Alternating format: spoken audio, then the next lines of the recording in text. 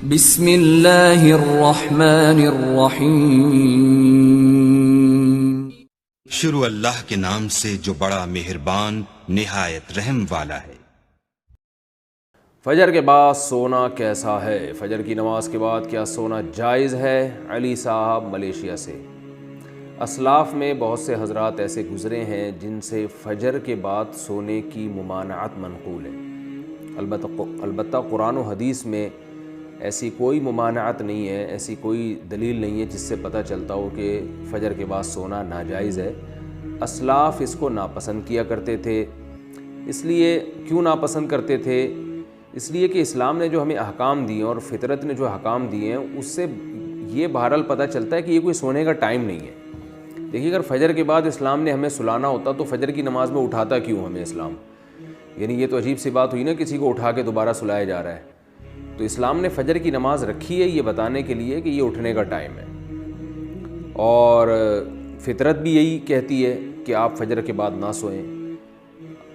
پرندوں کو دیکھ لیں، جانوروں کو دیکھ لیں آپ کہ پرندے صبح صبح کیسا چہچہانا شروع کر دیتے ہیں، بلکہ مرغا تو تہجد کے وقت سے ہی اذانیں دینا شروع کر دیتا ہے۔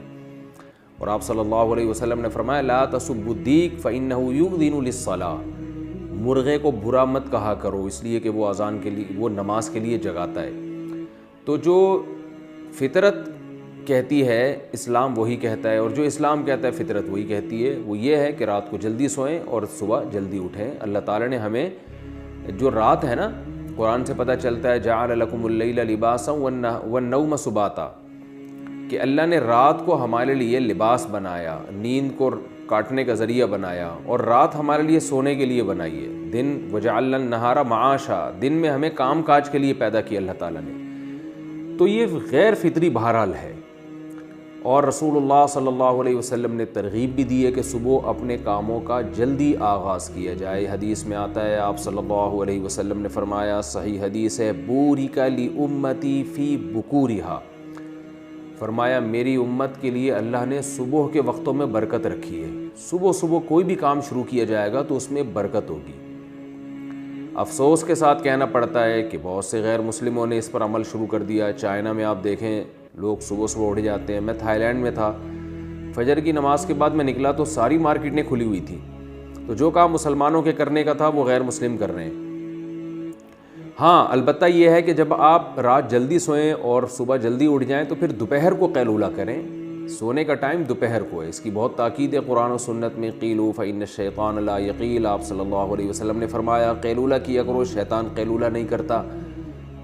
اور صحابہ، تابعین، اسلاف سب کی سنت ہے۔ گورے یہاں تک لکھتے ہیں کہ جب مسلمانوں کی خلافتیں تھیں تو پورا اہل اسلام دوپہر کو کھانے کے بعد سویا کرتا تھا، تھوڑی دیر آرام کرتے تھے، اور اس سے بہت زیادہ انسان کو طاقت ملتی ہے، دماغی بھی جسمانی بھی سکون بھی ملتا ہے، اور وہ بہت تیار ہو جاتا ہے بہت دیر تک کام کاج کرنے کے لیے۔ تو جو سونے کا جو نیچرل ٹائم ہے وہ ہے عشاء پڑھتے ہی آپ سو جائیں، اور رات کو بہت جلدی اٹھیں آپ، یعنی 5 6 7 گھنٹے، 5 گھنٹے 6 گھنٹے، کسی کو بہت زیادہ سو لیا تو 7 گھنٹے سو جائے گا، تو 5 6 گھنٹے کی نارملی نیند پوری کرنے کے بعد آپ اٹھ جائیں، اور پھر فجر کی نماز سے 10 15 منٹ پہلے آپ تھوڑی دیر کے لیے ایک شارٹ نیپ جسے کہہ سکتے ہیں، بہت تھوڑی سی دیر آرام وہ کر لیں، وہ بھی سنت ہے۔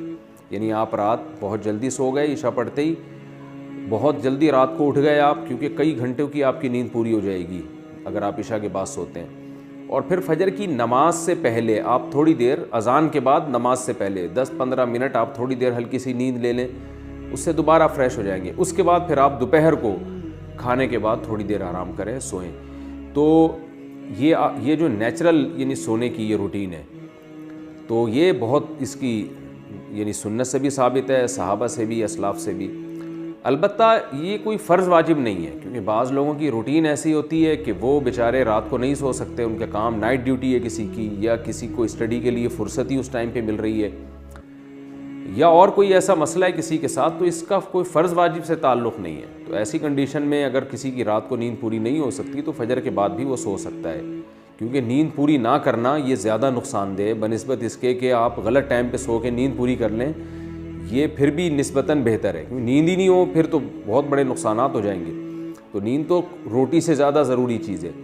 تو اس لیے نیند پوری کرنے کے لیے اگر کسی کو مجبوراً فجر کے بعد سونا پڑتا ہے تو کوئی حرج نہیں ہے اس میں، لیکن نارملی اسلام نے اس کو پسند نہیں کیا ہے، کیونکہ اسلام دین فطرت ہے، تو حلال و حرام سے اس کا تعلق نہیں ہے، بہتر اور مستحب بہرحال یہ نہیں ہے۔ اور آپ صلی اللہ علیہ وسلم کی ترغیب بھی ہے کہ صبح کے وقت میں اللہ تعالیٰ نے میری امت کے لیے برکت رکھی ہے، تو اپنے کاموں کا فجر کے فوراً بعد سے آغاز کر دینا چاہیے، اور وہ وقت ویسے بھی ذکر و تسبیحات کا وقت ہے، یہ ایکسرسائز کریں آپ اس میں۔ Thanks for watching. Don't forget to like, comment, share and subscribe.